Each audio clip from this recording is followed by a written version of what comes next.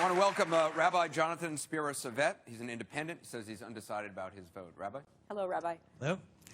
Another rabbi, Rabbi Simcha Bunim, taught that every person has to have two pockets.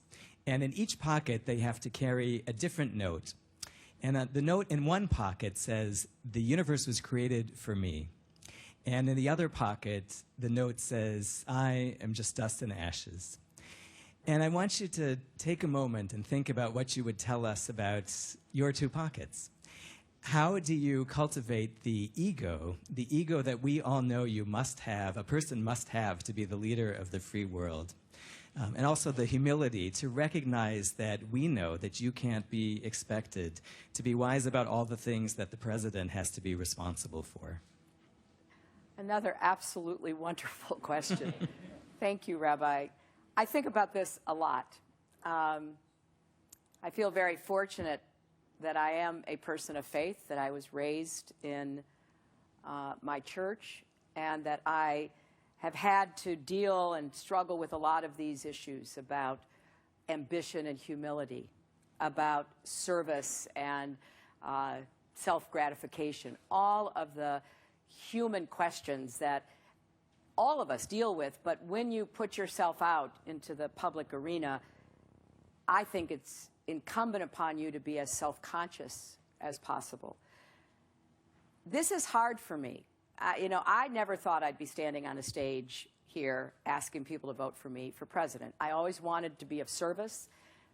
I met my husband, who was such a natural, knew exactly what he wanted to do. I was happy to support him while I worked in the Children's Defense Fund and legal services and taught law and, had our daughter.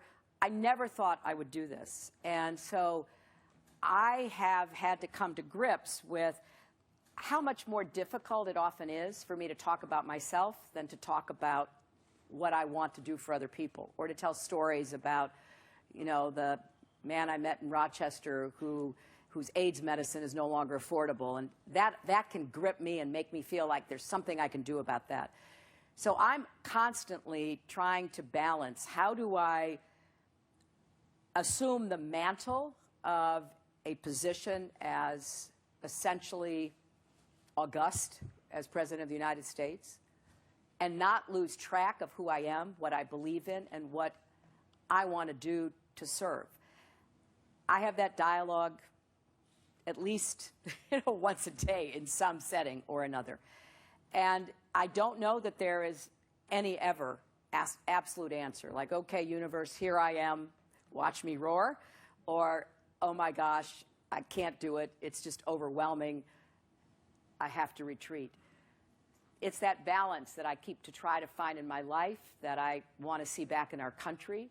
And it will be something that I continue to talk about with a group of faith advisors who are close to me. I get a scripture lesson every morning from a minister that I have a really close personal relationship with. And, it just gets me grounded. He gets up really early, send it to me, so, there it is in my inbox at 5 a.m. I have friends who are rabbis who send me notes, give me readings that are going to be discussed in services. So I really appreciate all that incoming. And the final thing I would say, because, again, it's not anything I've ever talked about this much publicly, everybody knows I have lived a very public life for the last 25 or so years. And so I've had to be in public dealing with some very difficult issues, and personal issues, political, public issues.